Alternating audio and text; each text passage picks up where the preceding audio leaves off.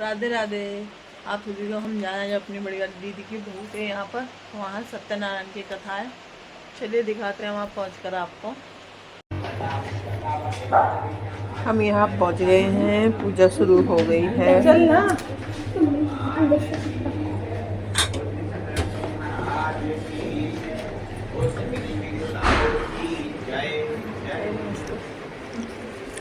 यहाँ सत्यनारायण की कथा शुरू हो गई है। अध्याय चल रहे हैं। पहला अध्याय चल रहा था, हम पहुंच गए थे पहले अध्याय पर। अब सब अच्छा समझा तो विष्णु भगवान ने उसके सामने बढ़िया आदमी का रूप बनाया और जाकर खड़े।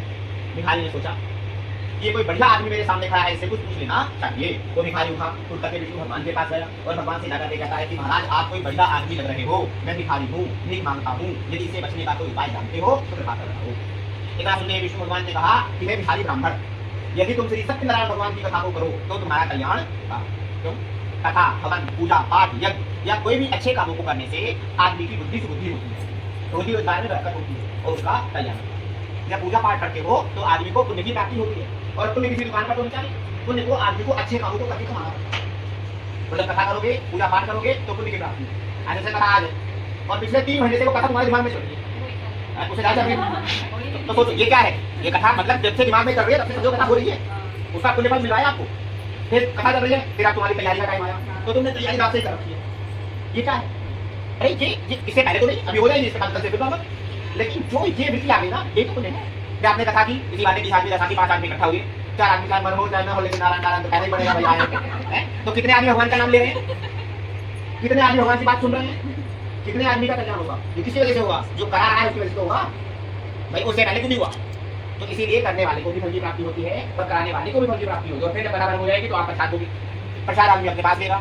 तो उसी समय एक लकड़ी काटकर बेचने वाला लकड़हारा वहां से निकला। उसने क्या देखा कि जो पंडित जी को दिन पहले तक भीख मांग रहे थे आज कथा कर रहे हैं। लकड़हारे ने पंडित जी के मकान के बाहर लकड़ियों के गट्ठर को रखा और पंडित जी को आवाज लगाई, गए पंडित जी कुछ दिन पहले तक तो तुम भीख मांग रहे थे, आज तुम्हारे पास इतना धन कहाँ से आ गया जो तुम इस कथा को कर रहे हो? इसको करने से किसकी प्राप्ति होती है? तो पंडित जी ने क्या कहा कि ये धन मुझे श्री सत्यनारायण भगवान की कृपा से प्राप्त हुआ है। क्या था उसने कि मुझे भगवान की कृपा से, तो ये भी तो कह सकता था मैंने कराया, उसने कहा नहीं, मुझे भगवत कृपा से जब समय आया और जब मेरी कृपा हुई तब मुझे मैंने भगवान की कथा को किया और उनकी कृपा से मुझे धन और धान्य की प्राप्ति हुई। धन और धान्य क्या होता है? धन माने रुपया पैसा, धान्य माने खाना। जो भगवान का नाम लेता है उसे धन और धान्य मतलब पैसा रुपया भी मिलता है, भगवान खाने पीने की खूब समझ आती है, उसका भी कल्याण। इतना सुनते ही लकड़हारे ने कहा कि पंडित जी महाराज जब कथा के करने से आपका कल्याण हो सकता है तो मेरा कल्याण क्यों नहीं होगा? ऐसा क्या करके लकड़ियों के गट्ठर को पर रखा और बेचने के लिए निकल पड़ा। उस दिन भगवान की कृपा से उस लकड़हारे को अपनी लकड़ियों के दाम और दिनों से 4 गुना ज्यादा धन प्राप्त हो गया। लकड़हारा बड़ा भी खुश हुआ, खुश होकर के अपने घर को आया और अपने भाई बंधुओं के साथ मिलकर उसने श्री सत्यनारायण भगवान की कथा को किया। उस कथा के करने के प्रभाव से उसे लकड़हारे का लकड़ी काटकर बेचना छूट गया, रोजी रोजगार पे बरकत हुई और वो जब तक धरती पर जिया सब सुख भोगकर मरने पर भगवान को चला गया। असर द्वारे वाखंडे दूसरा अध्याय समाप्त। बोल श्री भगवान की जय। हे नारायण नारायण नारायण नारायण नारायण अभी नारायण नारायण नारायण अभी नारायण नारायण नारायण अभी नारायण नारायण नारायण। बोल श्री भगवान की जय। असर द्वारे वाखंडे तीसरा भगवान कहते हैं कि मैं तुम्हें तीसरे अध्याय की एक और कथा कहता हूँ, वो भी है का नाम कराम किया। तब लीला बनी अपने कभी से कहा कि आपने कहा था कि कथा होगी तब कथा कराओगे, तब कथा करा। तब साधु बढ़िया टाल मटोल करने लगा और कहने लगा कि अरे भैया वो तो अहम विस्मृत, उसने कहा जब मेरे संतान हुई तब तो मैं कथा कराना भूल गया, आज जब मैं इसकी शादी करूंगा फिर साधु को कथा करवा दूंगा। इस प्रकार अपनी पत्नी को समझाया फिर काम धंधा व्यापार के लिए चला गया। भगवान ने कहा चलो ये धीरे धीरे वो सभी नजदीक आ गया, उसकी लड़की भी बड़ी होगी। हर एक दिन साधु बन जाए अपनी लड़की का विवाह भी कथा कराने वाले लड़के के साथ कर दिया। लेकिन दुर्भाग्य कथा करना विवाह करते समय भी उसने कथा को नहीं किया और करना भूल गया। दुर्भाग्य क्यों? अरे तुम्हें कथा सुनने का समय मिले और तुम कथा न सुनाओ, दुर्भाग्य तो क्या है? तुम्हें राम राम कहने का मौका मिले और तुम्हारे मुझसे राम राम नहीं मिले, दुर्भाग्य नहीं तो क्या है? ये तो बात है। पहली बात तो भगवान का नाम कभी भी नहीं करता और गलती से कोई बहाना बन जाए, जैसे कहा हवन पूजा पाठ यज्ञ के बहाने और कोई बहाना मिल जाए उस बहाने में पूरा बैठे फिर कथा का सुन के लगाए जाते हैं कि जाने नहीं है। तो दुर्भाग्य कि आपको भगवान का नाम सुनने का मौका मिला और आप भगवान के नाम नहीं सुने, उसको कथा करने का मौका मिला लेकिन उसने विवाह की लड़की का विवाह तो कर दिया लेकिन दुर्भाग्य देखिए भगवान की कथा को नहीं। तो लिखा हुआ है इस प्रकार माता पिता अपने बच्चे को डांटते हैं मारते हैं थकाते किसे डांटते मारते ताकि जो आज गलतियां कर रहा है कल वो गलतियां न करे तो उसका जीवन सही और सफल हो। तो भगवान की हमारे माता पिता है, कभी तो लेते हैं कभी तो लेते हैं, आपके जिंदगी के रंगों को भगवान ने सोचा कि साधु बच्चे को समझाना होगा कि भगवान क्या है और भगवान का महत्व क्या है, इसलिए भगवान ने उसे भविष्य में देने का श्राप दिया। अब साधु बच्चे को लगा उठा एक लड़की, इसलिए उसने अपने दामाद को घर वाले लड़की बना दिया। अब दोनों ससुर और दामाद एक साथ रहेंगे और साथ रहकर काम धंधा व्यापार करेंगे। एक दिन दोनों काम धंधा व्यापार करते करते कहीं दूर चले वापस आते आते थोड़ी बात हो गई तो उन्होंने भाव को दिखाई पड़ूंगा और वही सोचा सोचे थे अपने घर चले गए लेकिन जाने भैया कौन सी माया हुई उसी रात्रि को वहां के राजा के महल में चोरी हो गई और राजा का धन दो चोर खाकर भाग गए। अब जैसे राजा का धन दो चोर खाकर भागने लगे तो जो राजा के पहरेदार थे वो भी उन चोरों का पीछा कर रहे थे। अब जैसे राजा के पहरेदारों को अपने पीछे चोरों ने आता हुआ दिखा तो चोर भगाए और चोर ने भागकर भागते भागते धन को वहां पर चुरा कर दिया जहां दोनों ससुर और दामाद को रहे थे और चोर का हाथ आ रहा था। थोड़ी देर के बाद जब राजा के पहरेदारों ने साधु भैया का धन उसी नाव में रखा हुआ देखा तो उन्होंने साधु भैया को ही चोर समझा और राजा के धन को वहां रखा देखकर उन्हें पता चलेगा हमारा पिता जेल खाने में डाल दिया और जो धन था वो सारा धन भी दूसरी बात कथा करने के बाद लीलावती और कलावती पर भी दुखों का पाठ टूटा उनके घर पर भी जो धन रखा था वो सारा धन चोर चुरा कर अब लीलावती और कलावती जो स्वभाव तो क्या देखती है कि धन में अन्याय दाना नहीं बचा जो अब तुझे अब क्या है भूख प्यास से अति दुख होकर के लीलावती और कलावती दूसरों के घर जाने लगी और दूसरों के घर जाकर के भीख मांगने लगी और भीख मांग करके जो खाना मिले उसे खाकर गुजर बसर करने लगी। भगवान कहते हैं कि धीरे धीरे समय बीतने लगा। एक दिन कलावती किसी के यहाँ खाने के लिए गई और थोड़ी देर से हुआ तो माता ने बेटी से पूछा कि बेटिया तेरे का दोनों बर्तन नहीं है तो कितने देर से कहा तब उसने कहा कि माता मैं जिसे यहाँ पर भीख मांगने के लिए गई थी उनके वहाँ पर श्री सत्यनारायण भगवान की कथा हो रही थी। आधा वहीं पर डंडा कथा को सुनने लगी इसलिए आने लगी। माता ने जैसे ही श्री सत्यनारायण भगवान के नाम को सुना तो माता को भूली सी कथा याद आ गई। उसने तो विष्णु भगवान का ध्यान किया और कथा उस कथा के करने के प्रभाव से भगवान प्रसन्न हो गए थे। भगवान तो दया के सागर है वो तो इंतजार करते हैं कि कोई बुला बेटा मेरे पास वापस उतर लिया जाए। जैसे माता पिता डांटते हैं ना वापस होते हैं बच्चा थोड़ा सा बोल दे तो मैं इसको जल्दी करा लूं। भगवान ये सोचते हैं थोड़ा सा गलती हो जाती है तो इंतजार खड़े होते हैं। ऐसे बता अमोसे क्यों आएगी फुलवासी क्यों आएगी एक तरह से क्यों आएगी ये बहाने हैं कि एक तरह से होगी भगवान को याद करोगे फुलवासी होगी भगवान को याद करोगे पितर पछाएंगे बुढ़े बुढ़े को याद करोगे हैं ये सभी का डर आते हैं सभी से डरो ऐसी बहाने तक भी चलाओ तो भगवान याद आएंगे सब भगवान की ना बेटा बेटा वापस माता पिता को बहाने से बुलाते हैं गुस्सा लिंगा है लगो मेरे हिसाब करेंगे वो नतीजे मिलना है क्या पता क्या मतलब है ऐसे करके भाई ये भाव होते हैं भगवान ऐसे किसी बहाने आपको बुलाता है लेकिन हम तुम्हारे अंदर मूल बुद्धि मूल मतलब कलयुग है हम लोग भगवान ही लेते हैं। हां भगवान लेते हैं भगवान लेते हैं अब बड़े लोग विष्णु की पूजा करते हैं मैं शंकर जी की करूंगा आप तो शंकर जी की पूजा के पीछे लगे हैं शंकर जी की बेकार मनोकामना पूरी हो जाए। हां माता रानी के पीछे लगे माता रानी ऐसा माता रानी भी नहीं है तो पता लगा मार्केट में नए बाबा आए तो बस चलो नए बाबा कहना चाहिए। अब बाबा पीछे जाते हैं अच्छा फिर वो बाबा छोटे फिर नए बाबा के पीछे जाते हैं नए बाबा छोटे किसी के पीछे जाते हैं। लोगों को ये पता ही नहीं कहां किसकी पूजा करनी है और किसकी पूजा नहीं करनी। कलयुग काल में मतलब होता है जात आने सुन लेगा तो व्यवस्था समझ लेगा और धन के पीछे भगवान बदलता है। लिखा है भगवान बदलने से कल्याण नहीं होता भगवान में विश्वास करने से कल्याण होता है। आज तक सबसे बड़ी गलती चली भगवान तो याद करते हैं हम याद करें भगवान को याद नहीं करना भगवान कहते भगवान तो याद करेंगे कि भगवान का नाम ले और इसका कल्याण करो कैसे उसने कहा को दिया भगवान प्रसन्न हो गए। भगवान ने फिर को राजा को सबके दर्शन देकर कहा कि राजा तूने किसको अपने जेल खाने में रखा है दोनों नहीं है दोनों साथ तो सुबह होते होते मैं याद कर देखेंगे मैं तेरा राजू को बता भाई सब कुछ और बर्बाद कर दूंगा। जब राजा ने ऐसा समझा देखा तो राजा को बुलाया राजा ने सुबह उठे आगे सामने को सब कुछ सुनाया और कहा महाराज मुझे गलती हो गई मैं आप ईशा में हूं मेरी रक्षा करो और मेरी नाव में पहले के समान धन भरो आप ईशा में मेरी रक्षा करो ऐसा कहते हुए भगवान से प्रार्थना करने लगा। राजा सुबह उठा उठते ही साधु भैया को बुलाया जितना राजा का धन उसे छीना था सोना चांदी हीरा जवाहरात मूंगा हरी पन्ना सब राजा ने साधु भैया के नाम में था। साधु भैया ने राजा के धन को लिया अपने नाम में भरा और अपने घर की ओर चला। इसीलिए कहा जाता है कि जब काफी सुंदर नदी को कराया तो राजा मां क्या देखता है कि देखते देखते आंधी तूफान और भूकंप आया। राजा कैसे पृथ्वी में रानी मरी पटानी बती हाथी घोड़े पूरा पूरा सब हो गया। राजा मन में विचार करने लगे जब मैं संकट से बात करने के लिए गया था तब सभी खाता ही वापस आके क्या हुआ तब उसके बारे में काफी चीजें तब उसके मन में बात आई हो ना हो तो मैंने कहीं भगवान के प्रसाद को छोड़ा है जो उस कार्य को छोड़ने के कारण को नहीं हुआ है। तब उसने भगवान पे विश्वास किया और तुरंत लौटा भागा उसी पेड़ के नीचे पहुंचा जाकर उसने श्री सत्यनारायण भगवान के प्रसाद को रखा था और प्रसाद को लेकर आया और अपने मन में परिवार के मुंह में डाला तो सब नारायण नारायण कहकर जीवित हो गया और सब जैसा था भी हो गया। दीर्घ काल तक राजा हर दिन श्री सत्यनारायण भगवान की कथा करने लगे और जब तक धरती पर जिया सब सुख होकर करने था भगवान को जो मनुष्य इस परम दुर्लभ को करेगा दुर्लभ मैं आप सभी सकते हैं दुर्लभ है अभी दुर्लभ नहीं है। अभी तो आप राम भी भगवान का नाम दे सकते हो अभी तो आपको पता है कि राम राम क्या है भगवान का नाम क्या है लेकिन आने वाले समय में कहां दुर्लभ हो जाएगी सब आएगी। 3 प्रकार के देवता होते हैं एक होते हैं देवता एक होते हैं राम देवता एक होते हैं कुल देवता।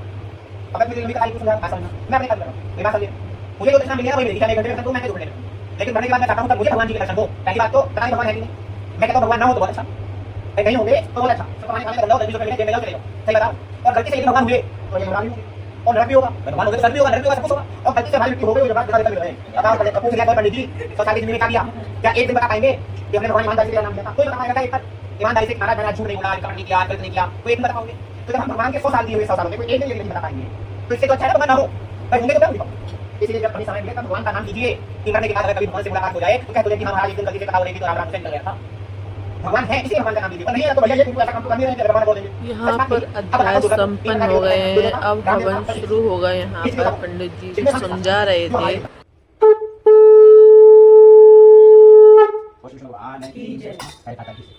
ओम अपानाय स्वाहा कानिशिका ओम प्राणाय स्वाहा ओम प्राणाय स्वाहा हां जी ओम अग्नाय स्वाहा ओम प्राणाय स्वाहा आप सब लोग संभली और आप संभली है सारी लोग ओम गणानं मूलराज सेदं प्रजं वजारक्ष ओम तम सुज्ञाधिकारं नाम विघ्न साधकं मकरदण्डं महाकाय श्री कोटि संप्रदान विलंब ज्ञानं प्रभु सर्वारिषु सर्व ओम गणपतये नमः स्वाहा ओम गणपतये नमः स्वाहा ओम गणपतये नमः स्वाहा ओम गणपतये नमः स्वाहा ओम गणपतये नमः स्वाहा ओम गणपतये नमः स्वाहा ओम गणपतये नमः स्वाहा ओम गणपतये नमः स्वाहा ओम गणपतये नमः स्वाहा ओम गणपतये नमः स्वाहा ओम गणपतये नमः स्वाहा ओम नमस्ते नमः स्वाहा ओम या देवी सर्वभूतेषु सर्वदा संस्था नमस्ते नमस्ते नमः ओम ऐं ह्रीं क्लीं चां दैवी नमः स्वाहा ओम ऐं ह्रीं क्लीं चां दैवी नमः स्वाहा ओम ऐं ह्रीं क्लीं चां दैवी नमः स्वाहा ओम ऐं ह्रीं क्लीं चां दैवी नमः स्वाहा ओम ऐं ह्रीं क्लीं चां दैवी नमः स्वाहा ओम ऐं ह्रीं क्लीं चां दैवी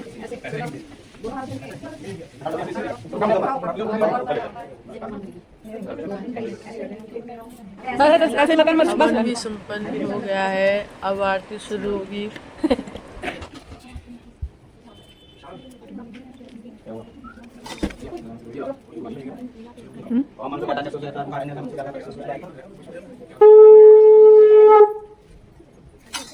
ओम जय लक्ष्मी अमेरा स्वामी जय लक्ष्मी अनला सत्यनारायण स्वामी सत्यनारायण स्वामी ओम जय लक्ष्मी अमेरा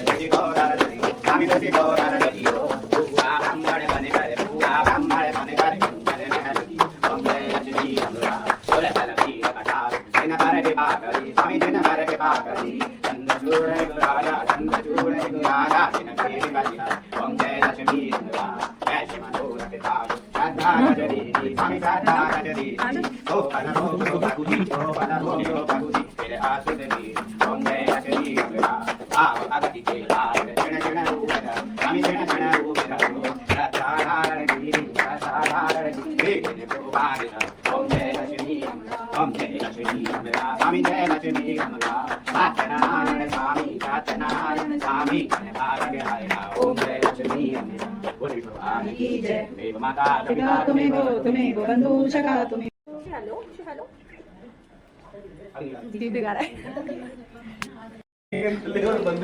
मानसी ने गांठ खोली थी। मानसी को विदा मिल रही है गांठ खोलने की।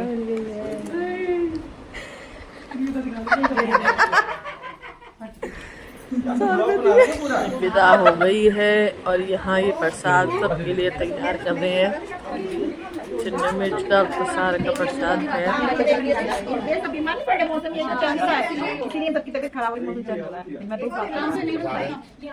ये मिसाली है, ये वीडियो आ रही है, ये सबसे बड़ी साली है। सबसे बड़ी कौन सी है? बड़ी साली है। ये हमारी और मैं कौन हूँ?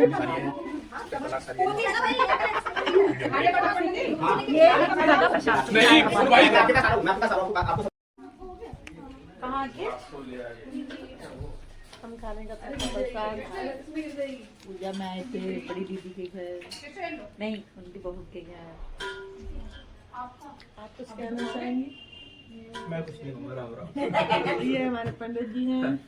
बस राम राम कर रहे हैं। आप कुछ कहना चाहेंगे? ये हम प्रसाद खा रहे हैं। ये कथा का प्रसाद है और हम आए हैं अपनी बड़ी दीदी की बहू के घर पे, बहू बेटे के घर पे आए हैं हम। बड़ी दीदी देख रही हैं ना? वो हमारी बड़ी दीदी हैं, तो प्रसाद दे रही हैं। प्रसाद मिल गया। अच्छा, आप कुछ कहना चाहेंगी? आज हमारे बेटे की कथा हुई है, हमारी बहू रानी ने कथा करवाई है। ये सब मेरी बहनें आई हुई हैं। हम अपने बेटे के बहू बेटे के घर पर बैठे हुए हैं। अब देखो हम प्रसाद बांट रहे हैं सबको। पंचामृत का ये देखो पंचामृत का प्रसाद है। ये देखो ये हमने ये देखो चूरमा बनाया है, जिसको बोलते हैं कसार, कसार बोलते हैं जिसको हमारे भाषा में यूपी में सत्यनारायण की कथा का प्रसाद है ये। थोड़ी देर हो ना बेटा। बच्चे अब गली में घूम रहे हैं, वो सब गलत होते हैं, सारे मुझे यार को सब। यहाँ जब सबकी बातें चल रही हैं और प्रसाद भी खा रहे हैं सब लोग मिलकर के। मैं जी रहा हूँ कि किडनी में तरह मेरे डांस चली मैं कर दूंगा। हेलो पप्पू, मैं तो कर रहा सुबह से पैसा दे पाऊंगा आराम से मिलेंगे तेरे से हम। मैंने बोला था इस उनकी तालिबान में जाएगी। और यहाँ पर बातें सबकी हो गई खत्म। अभी बातें खत्म नहीं हुई हैं, अभी होगी। अब यहाँ पर खाना हो गया स्टार्ट और खाने में है छोले भटूरे और गाजर का अचार, आलू की सब्जी विद रायते के साथ चटनी भी थी। और यहाँ बच्चे इस कुर्सी का झूला झूला रहे हैं, खुद ही झूलने लगे और मजे ले रहे हैं सारे बच्चे बैठ बैठ के। खाना पीना सबका हो गया है, तो हमारी बहू रानी कहने लगी मौसी जी थोड़ा सा कीर्तन भी कर लीजिए, 5 भजन गा दीजिए। हम सारी बहनों ने मिलकर के 5 भजन कर दिए और थोड़ा सा डांस भी किया।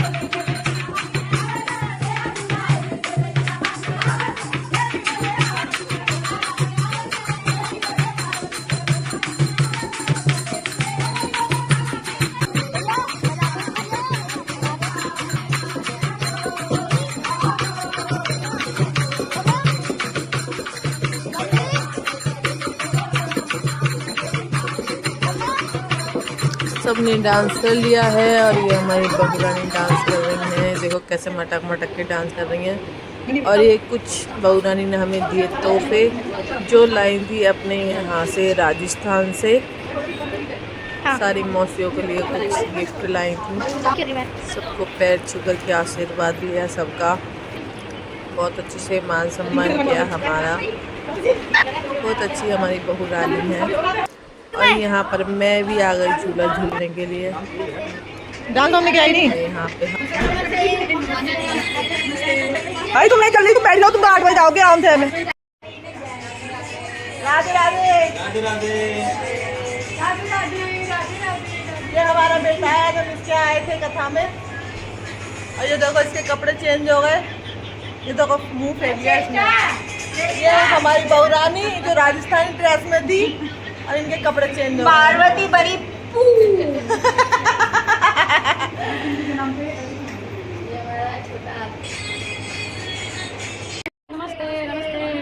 नमस्ते यार, नमस्ते। बना दो। रुको नमस्ते करो।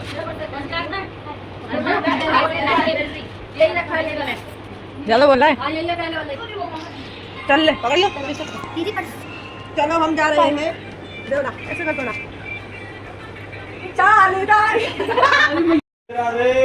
जय जय श्री राधे।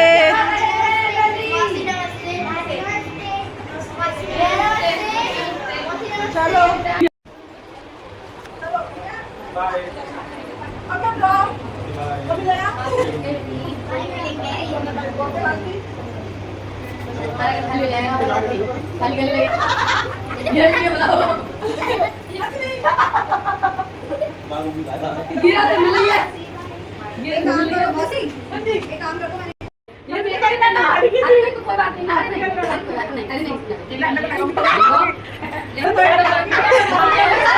ये सब ब्लॉग में आएगा।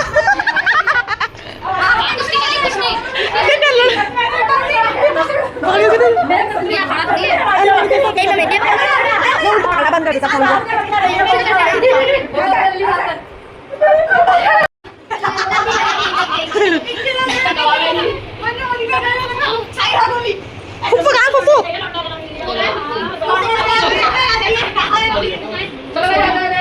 चलो ओके बाय।